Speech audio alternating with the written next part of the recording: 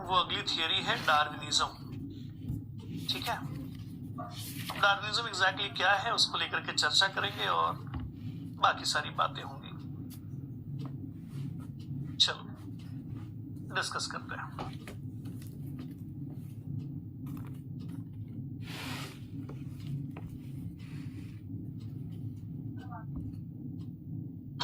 तो हेडिंग हमारी क्या है आज के सेशन की? बड़ी सिंपल सी, हम आज बात कर रहे हैं लमार्किज्म क्या है वो समझा, है ना। लमार्कियन आइडिया एवोल्यूशन का क्या है ये समझने की कोशिश की आप लोगों ने, और अब हमारी कोशिश है कि हम डार्विनिज्म को समझें। डार्विनिज्म का मतलब है कि डार्विन का क्या मानना था एवोल्यूशन को लेकर के।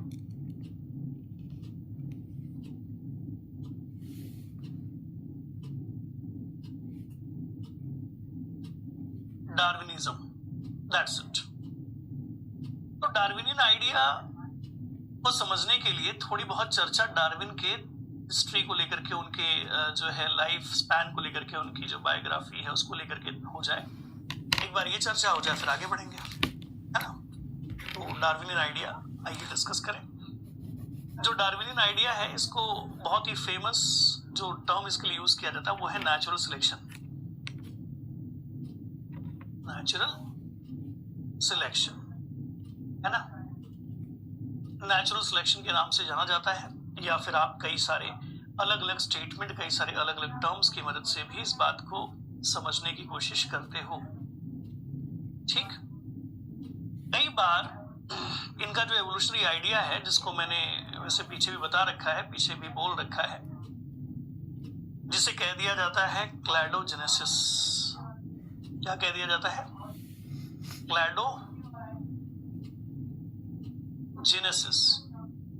क्लैडोजेनेसिस से मतलब है एवोल्यूशन थ्रू ब्रांचिंग। एवोल्यूशन होना जिसमें ब्रांचिंग पैटर्न दिखाई दे। एवोल्यूशन का वो तरीका जिसमें ब्रांचिंग पैटर्न दिखाई दे। एवोल्यूशन का वो मेथड जिसके अंदर आपको डाइवर्जेंस दिखाई दे। जी हाँ, इसी को कहते हैं divergence.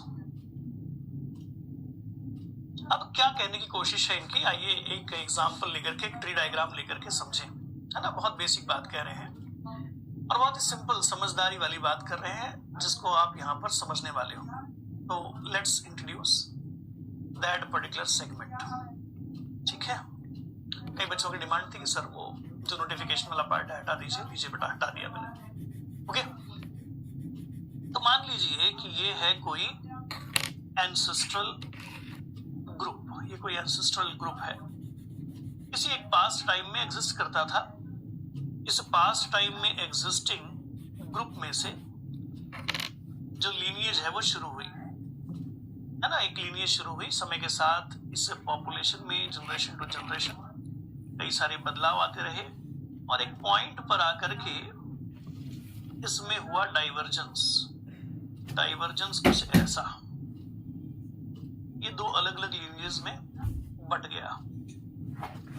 These are those lineages जो कि यहां से डाइवर्ज होकर के बने हैं। ऐसी जो अगली लीनिएज है ये भी आगे आकर के डाइवर्ज हुई। डाइवर्ज होकर के इसने भी एक पर्टिकुलर पॉइंट पर आकर के फिर से डाइवर्जेंस किया, है ना। ऐसे इसमें से भी दो ब्रांचेस निकले और ये दो ब्रांचेस इस प्रकार से आगे बढ़े। इस प्रकार की कुछ बात हो रही है अगर आप बात कर रहे हो डार्विनियन आइडिया ऑफ एवोल्यूशन की। जी हाँ, एवोल्यूशन कैसे होता है? Bye means of divergence. कैसे होता है? Bye means of divergence. तो ये है कोई लास्ट कॉमन एंसेस्टर। यह है कोई लास्ट कॉमन एंसेस्टर और इस लास्ट कॉमन एंसेस्टर से बने ये कुछ डिसेंडेंट। ये कोई टैक्सा 1 है, ये कोई टैक्सा 2 है और ये कोई टैक्सा 3 है।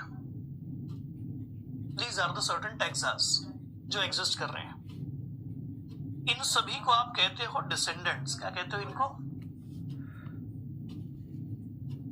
डिसेंडेंट्स। इनके लिए जो टर्म यूज होता है वो डिसेंडेंट है। और ये सारे डिसेंडेंट प्रेजेंट टाइम पर अभी एग्जिस्ट कर रहे हैं। ये जो लाइन है ये बात कर रही है प्रेजेंट टाइम की। जी हाँ, ये प्रेजेंट टाइम है, ठीक है, प्रेजेंट टाइम। और अगर आप इसमें पीछे आ जाते हो मतलब यहां कहीं, तो ये पास्ट टाइम होगा। मतलब इस प्रेजेंट लाइन के पीछे आप कहीं पे भी आते हो तो पास्ट टाइम होगा। तो देखने को मिलता है कि क्लैडोजेनेसिस वाला पैटर्न मतलब डाइवर्जेंस मतलब evolution by branching, evolution via branching pattern, इस प्रकार से नई स्पीशीज बनती है। ये तरीका है नई स्पीशीज बनने का। This is what the process of evolution. Likewise new species are get evolved and this is the entire process. ये मैकेनिज्म है, इस प्रकार से नई स्पीशीज बनती है। और कई बार इसी स्टेटमेंट को या इसी बात को एक्सप्लेन किया जाता है एक लाइन की मदद से, जो कि डार्विनियन आइडिया ही है, and that is called descent with modification. तो होता यह है कि जब कभी भी एवोल्यूशन होगा तो डाइवर्जेंस की मदद से होगा, डाइवर्जेंस होगा। और डाइवर्जेंस होगा मतलब एक लीनिएज दो अलग अलग लीनिएज में बटेगी, और जब बटेगी तो बनेंगे डिसेंडेंट, है ना। क्या बनेंगे? डिसेंडेंट। और ये डिसेंडेंट अपने एंसेस्टर से काफी अलग होंगे। क्यों? क्योंकि इनमें होंगे कई सारे मॉडिफिकेशंस। जी हाँ, कई सारे मॉडिफिकेशंस। तो कई बार ये सारे टर्म्स बताए जाते हैं। तो एवोल्यूशन का जो ओवरऑल आइडिया है डार्विन का वो ऐसा है, वो ऐसा कुछ कहने की कोशिश कर रहे हैं कि ऐसे होता है एवोल्यूशन, ऐसे नई स्पीशीज बनती है, ठीक है। ये मैकेनिज्म है। हम ये कतई नहीं कह सकते कि पुरानी स्पीशीज खत्म हो गई। हम ये कह सकते कि कई सारे आज भी रिप्रेजेंटेटिव जिंदा हैं जो पुरानी स्पीशीज जैसे ही हैं, पुरानी स्पीशीज के कैरेक्टर शो भी करते हैं, ठीक है। लेकिन आज के प्रेजेंट टाइम में वो प्रेजेंट हैं, उनके जैसे रिप्रेजेंटेटिव जिंदा हैं, और कुछ उन्हीं में से डाइवर्ज होकर के नई नई स्पीशीज बनती रही हैं। And this is what the idea of Darwin. इसको डार्विनिज्म कहा जाता है। डार्विन ऐसा कुछ कहने की कोशिश में थे। और फिर आती है अंतिम बात। अंतिम बात ये है कि ये सारी चीजें कैसे हो रही हैं, दैट एवरीथिंग इज अकरिंग। ये जो इवेंट हो रहा है इसका ऑपरेटिंग फोर्स कौन है? ये ऑपरेटिंग फोर्स है नेचुरल सिलेक्शन। ये जो आप डाइवर्जेंस की बात कर रहे हो, ये जो आप डिसेंडेंट विथ मॉडिफिकेशन की बात कर रहे हो, इसका ड्राइविंग फोर्स क्या है? इसका ड्राइविंग फोर्स है नेचुरल सिलेक्शन। तो डार्विन ये कहते हैं कि natural selection is responsible for the evolution of a species, divergence with in a species, and it is responsible for evolution of a new species. इस तरीके से नई स्पीशीज बनती हैं। हमेशा ये तरीका होता है नई स्पीशीज बनने का। और अगर ये तरीका काम करेगा तो देखने को मिलेगा समय के साथ धीरे धीरे क्या बनती चली जाएंगी, कई अलग अलग प्रकार की स्पीशीज, कई अलग अलग प्रकार की प्रजातियां, जिनमें हो सकता है काफी ज्यादा रिजेम्बलेंस हो सकता है उनमें कई सारे डिफरेंसेस हों, लेकिन कुछ न कुछ कॉमन कनेक्शन जरूर दिखाई देगा। ऐसे बनती नई स्पीशीज। अगर लामार्कियन आइडिया को सही मान लिया जाता तो शायद बहुत ज्यादा स्पीशीज डाइवर्सिटी जो नेचर में एग्जिस्ट करती है ये कभी बनी नहीं पाती, है ना। तो नेचर में एग्जिस्टिंग ये जो डाइवर्सिटी है ये तभी देखी जा सकती है, जी हाँ बेटा, तभी देखी जा सकती है जब क्या हो, इस तरीके से एवोल्यूशन हो, इस तरीके से नई स्पीशीज बने। बड़ी सिंपल सी बात, बहुत ही बेसिक सी बात यहाँ समझाने की मैंने कोशिश की है।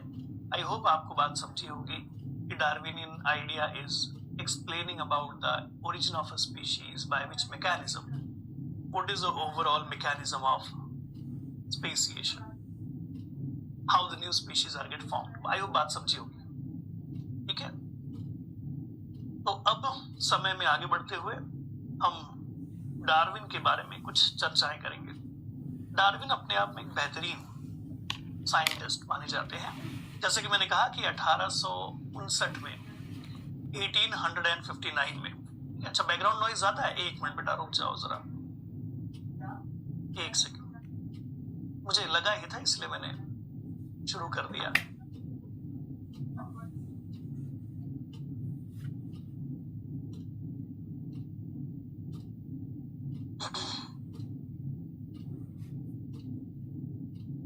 अब आ रहा है क्या? LCA का मतलब बेटा लास्ट कॉमन एंसेस्टर, मैंने बोला भी था। अब ठीक है क्या? अब एक बार बता देना। पॉज हो रहा है, पॉज होना कॉमन बात है क्योंकि आप इंटरनेट से कनेक्टेड हो। Yes sir. अब बताओ प्रेजेंट में, अभी में नॉइज कैसी है? अब ठीक है, अब क्लियर है, शाबाश। ओके नाउ बेटा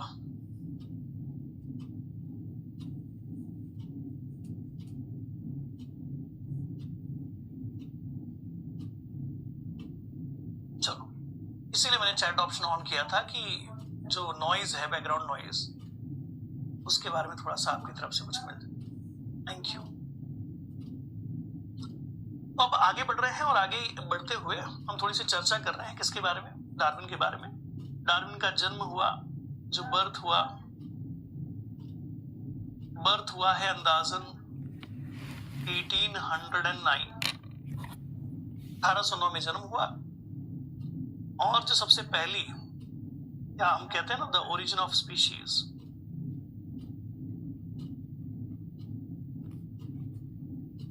ये वाली जो किताब है ओरिजिन ऑफ स्पीशीज, ये वाली किताब पब्लिश हुई अंदाजन 1859 में। 1859 में सबसे पहला जो फॉर्म है इसका, सबसे पहला जो आर्टिकल है वो इस समय के आसपास आया। डार्विन के बारे में कुछ बातें अगर हाईलाइट करें तो देखने को मिलेगा कि ये बहुत, मतलब थोड़ी सी मैं उनकी बचपन की कहानी सुना दूं कि ऐसा माना जाता था कि वो जन्म से ही बहुत ज्यादा क्यूरियस थे नेचर को लेकर के। दिन भर गार्डन में घूमना, पेड़ पौधों के साथ खेलना, बटरफ्लाइज के साथ खेलना, ऐसी सारी चीजों में उनको बड़ा इंटरेस्ट था। मतलब वो जन्म से ही नेचर की तरफ थोड़े से इंक्लाइंड दिखते थे। एक मिराकल वाला बच्चा, ऐसा कुछ कहा जाता है, किताबें ऐसी तारीफ करती हैं। और फिर बात होती है कि भाई एजुकेशन का समय आया, दौर आया कि अब इनकी पढ़ाई लिखाई का ध्यान रखा जाए। तो पिताजी फिजिशियन हैं और फिजिशियन पिताजी का सपना है कि बेटा भी डॉक्टर बने, मेडिकल फील्ड में अपना नाम रोशन करे। लेकिन बेटे को कुछ और ही मंजूर था। बेटे ने पढ़ाई करने की इच्छा जताई, लेकिन अलग ही, नेचर में ज्यादा क्यूरियस, घूमना, नेचर को एक्सप्लोर करना, जानना, उसकी ज्यादा तलक, लेकिन बाकी चीजों की इच्छा कम। और इसी सीक्वेंस में एजुकेशन कंप्लीट करके 5 साल घूमने का मौका मिला। HMS बीगल, आई होप आपको ये नाम याद होगा, एक समुद्री यात्रा पर घूमने का मौका मिला एक बोट के थ्रू जिसका नाम है HMS बीगल। HMS बीगल के उस वोयाज पर, जो कि 5 साल का, जी हाँ 5 इयर्स का एक लंबा सफर था, ये गए और इस सफर ने इनकी जिंदगी बदल दी। इस सफर ने इनकी जिंदगी किस प्रकार से बदली? इन्होंने अपने आसपास की चीजों को देखा, नेचर को समझा और कई सारे ऐसे प्लेसेस को इन्होंने ऑब्जर्व किया। अगर इसमें मैं नाम रखूं तो गैलापागोस आइलैंड, जिन्हें लिविंग लैब ऑफ नेचर कह दिया जाता है, जिंदा लैबोरेटरी कह दी जाती है। इसे देख करके जो क्यूरियोसिटी है नेचर को समझने की, वो और भी ज्यादा बढ़ी। और इसी का नतीजा है ये थियरी जिसको आज आप पढ़ रहे हो, डार्विनिज्म। इन सारी जानकारियों के साथ एक और बड़ी जरूरी जानकारी ये है कि एक अच्छे रीडर थे। एक अच्छे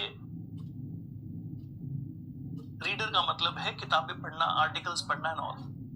कई लोगों के काम को इन्होंने रेफर किया, कई लोगों के काम को बहुत ज्यादा जो है समझने की कोशिश की, और अब इन सारी जानकारियों का यूज करके अपने वर्क को रिलेट करते हुए दिखाई देते हैं। तो कुछ नाम मैं यहाँ हाईलाइट करना चाहूंगा, जैसे कि एक नाम है थॉमस माल्थस। Thomas Malthus. तो ये जो थॉमस माल्थस हैं, इनके द्वारा एक आर्टिकल लिखा गया जिसको इन्होंने पढ़ा और कहीं ना कहीं इसका इम्पैक्ट इनके पॉस्टुलेट्स में दिखता है, नेचुरल सिलेक्शन के पॉस्टुलेट्स में। इसे कहा जाता है एसे ऑन, जी हाँ, essay on the principle of, essay on the principle of population. जी हाँ, ये टाइटल है उस आर्टिकल का जो कि माल्थस द्वारा लिखा गया और इसे पढ़ा गया डार्विन के द्वारा। तो एक अच्छे रीडर की जो क्वालिटी है वो इनमें दिखाई देती है। कई सारे लोगों का काम इन्होंने रेफर किया, कई सारे लोगों से सहमति लेना, उनकी राय लेना, ये सारी बातें बहुत कॉमन दिखती हैं। ऐसे ही इनके guide Charles Lyell, Charles Lyell द्वारा, जो जियोलॉजिस्ट हैं पेशे से, इनके द्वारा लिखी गई किताब को, इनके द्वारा दी गई प्रिंसिपल को द प्रिंसिपल ऑफ जियोलॉजी, इसे इन्होंने रेफर किया, है ना। ऐसे ही और भी कई सारे नाम। आफ्टर दिस चार्ल्स लायल अगला नाम आता है जॉर्ज कुवियर का। जॉर्ज कुवियर द्वारा दिए गए जो भी लेख हैं, जो भी आर्टिकल्स हैं, स्पेशली फॉसिल्स की स्टडी को लेकर के, उनको भी काफी ज्यादा यूज किया गया। फादर ऑफ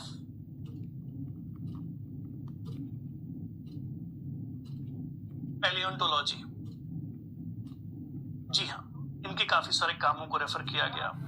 लिस्ट काफी लंबी है, कई लोग हैं जिनसे ये इन्फ्लुएंस्ड हैं, कई लोग हैं जिनके आर्टिकल्स को ये पढ़ते हैं, कई लोग हैं जिनसे ये राय मशवरा करते हैं, और ये सारी बातें कहीं ना कहीं एक अच्छे साइंटिस्ट की निशानी है। एल्फ्रेड वैलेस, वैलेस की कहानी कुछ इस प्रकार से है कि वैलेस का कंक्लूजन भी वही था जो कंक्लूजन डार्विन का था। डार्विन भी उसी कंक्लूजन पर पहुंचे थे, वही नेचुरल सिलेक्शन ही एक ड्राइविंग फोर्स है जिसकी वजह से नई स्पीशीज बनती है, और इसी कंक्लूजन पर और कौन पहुंचा है? वैलेस। जी हाँ, दोनों लोग इंडिपेंडेंट काम करते हुए, जी हाँ, इनको हम इंडिपेंडेंट कोवर्कर के नाम पर याद रखते हैं। अबाउट नेचुरल सिलेक्शन, जी हाँ, नेचुरल सिलेक्शन का ये जो कॉन्सेप्ट दिया गया है, इसी का को ऑथर माना जाता है। लेकिन इन दोनों का कोई कांटेक्ट नहीं है, दोनों अलग अलग जगह रहते हुए इस प्रकार की कोई कंक्लूजन पर पहुंचे हैं, और इसीलिए नेचुरल सिलेक्शन का श्रेय दोनों को जाता है। ऐसा नहीं कि आप सिर्फ और सिर्फ डार्विन के नाम ही लेंगे। ठीक है, एल्फ्रेड वैलेस जो कि मलाय आर्चीपेलागो आइलैंड्स के ऊपर अपना स्टडी कर रहे थे, उन्होंने अपने लेटर के माध्यम से, अपने खत के माध्यम से अपनी जो एनालिसिस है, अपनी जो कंक्लूजन्स हैं, वो डार्विन को भेजे थे, और भेजने के बाद जब देखा गया, डार्विन शॉक रहे कि ये तो काफी हद तक वही कंक्लूजन है जो मैं ड्राइव कर रहा हूँ, और इसलिए जल्दबाजी में पब्लिकेशन का काम किया गया। ठीक है, ओके, नेक्स्ट नाम है लमार्क। जब जन्म हुआ था तब से ही थियरी लमार्क की पब्लिश थी, इसका मतलब डेफिनेटली इस थियरी से इन्फ्लुएंस होना ही था। ऐसे ही नाम आता है बफन, ऐसे ही नाम आता है ह्यूटन। ठीक है, ऐसे कई सारे नाम। ये कुछ लिस्ट है उन लोगों की जिनके काम से इन्फ्लुएंस्ड है, जिनके काम को ये यूज करते हैं, और ये बहुत जरूरी जानकारी है क्योंकि ये सारी बातें आपको समझने में हेल्प करेंगी कि डार्विन का जो जीवन था वो कैसा था, इस प्रकार के व्यक्ति थे, और ये जो कंट्रीब्यूशन साइंस में उनका दिया गया है ओरिजिन ऑफ स्पीशीज को लेकर के, वो कितना ज्यादा महत्वपूर्ण था। ठीक है, ये बात आपको समझ में आएगी। अब कुछ और छोटी छोटी